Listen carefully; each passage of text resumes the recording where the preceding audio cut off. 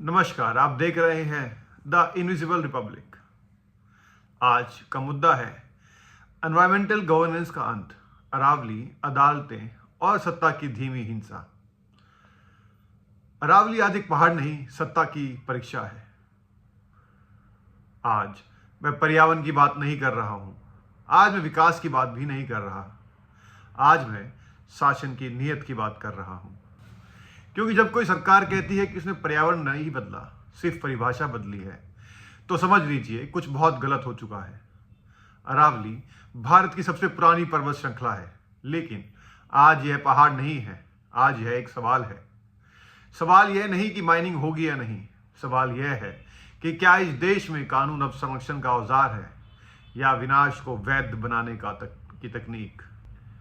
अरावली को सिर्फ जमीन मत समझिए, अरावली नक्शे की लाइन नहीं है, अरावली एक सिस्टम है।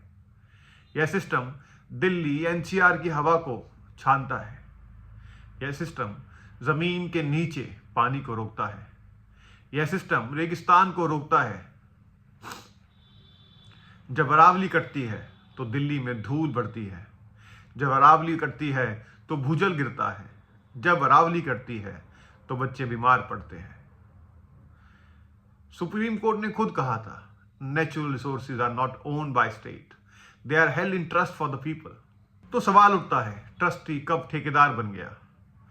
सरकार ने यह नहीं कहा कि हम अरावली खोल रहे हैं, सरकार ने कहा 100 मीटर से नीचे की भूमि अरावली नहीं है। यह वाक्य तकनीकी नहीं है, यह राजनीतिक है। क्योंकि पहाड़ ऊंचाई से नहीं बनते, वे कंटिन्यूटी से बनते हैं, वे इकोलॉजी से बनते हैं। सुप्रीम कोर्ट ने कहा था, ecological systems cannot be fragmented bye artificial boundaries. तो फिर यह सीमा क्यों? क्योंकि नीचे काटना आसान है, नीचे मुनाफा है, नीचे लॉबी है। यह कोई छोटी नीति नहीं है, यह एक प्रेसिडेंट है। आज अरावली, कल जंगल, परसों नदी, और हर बार सरकार कहेगी हमने कुछ नहीं बदला, सिर्फ परिभाषा बदली है। याद रखिए, जब भाषा बदली जाती है तो भविष्य बदला जाता है। अदालतें, चुप्पी और वैधता का भ्रम। अदालत ने पूछा, क्या सरकार को परिभाषा तय करने का अधिकार है? लेकिन अदालत ने यह नहीं पूछा, इसका क्या सरकार को भविष्य बेचने का अधिकार है? सुप्रीम कोर्ट खुद कह चुका है, right to life includes the right to a healthy environment. तो फिर जब नुकसान 20 साल बाद होगा, क्या अदालत आज जवाबदेह नहीं है? यह जुडिशियल रिस्ट्रेन नहीं है, यह जुडिशियल रिट्रीट है। अदालतें अब लीगैलिटी देखती हैं, लेकिन कॉन्सिक्वेंस नहीं। जबकि पर्यावरण का नुकसान धीरे धीरे होता है, चुपचाप होता है और लौट कर नहीं आता। यह वही अदालत है जिसने कहा था, when there is uncertainty, environmental protection must prevail। तो आज अनसर्टेनिटी किसे फायदा दे रही है? राजस्थान और हरियाणा में माइनिंग कोई गुप्त उद्योग नहीं है, यह राजनीतिक फंडिंग है, यह सत्ता का इंजन है। परिभाषा बदली, फाइलें खुली, केस कमजोर पड़े। सरकार कहती है हम इलीगल माइनिंग के खिलाफ हैं, लेकिन इलीगल माइनिंग तभी इलीगल होती है जब कानून मजबूत होता है। जब अदालतें चुप रहती हैं तो विनाश बोलता है। क्या यह एनवायरमेंटल गवर्नेंस का अंत नहीं है? पहले शासन रोकने की भाषा बोलता था, अब शासन डैमेज मैनेजमेंट की भाषा बोलता है।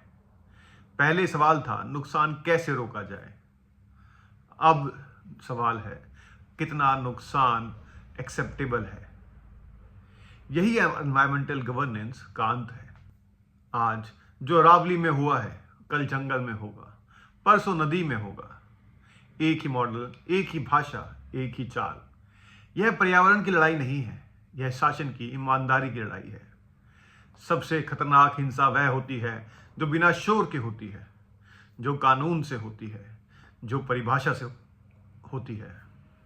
अरावली कट रही है, लेकिन उससे पहले संविधान की आत्मा कट रही है। अगर आज हमने सवाल नहीं पूछा तो कल जवाब देने का अधिकार भी नहीं बचेगा। आज सरकार यह कह रही है, हम अरावली में माइनिंग नहीं होने देंगे, या माइनिंग बस 1% के आसपास होती है। सुनने में यह आश्वासन लगता है, लेकिन असल में यह डैमेज कंट्रोल है।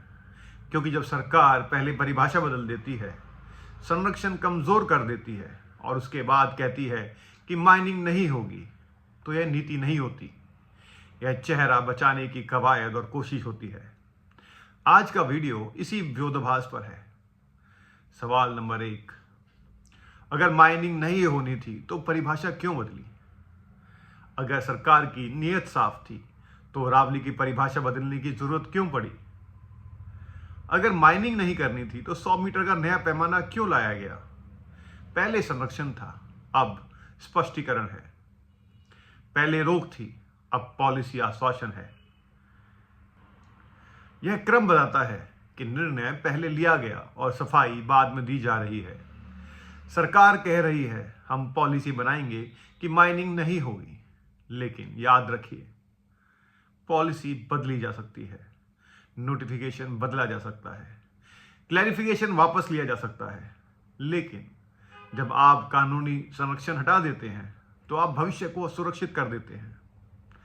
सुप्रीम कोर्ट ने भी कहा था environmental protection cannot depend on executive discretion. तो सवाल उठता है, क्या सरकार अब संविधान की जगह अपने भरोसे पर पर्यावरण चलाना चाहती है?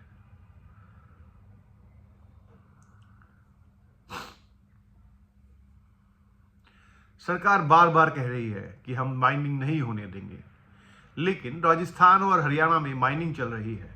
अलवर में कई पहाड़ गायब हो चुके हैं, लीगल भी इलीगल भी कई पहाड़ पूरी तरह गायब हैं। अगर सरकार रोकना चाहती तो क्रशर बंद होते, ट्रक सीज होते, अधिकारी जवाबदेह होते, लेकिन ऐसा नहीं हुआ। क्यों?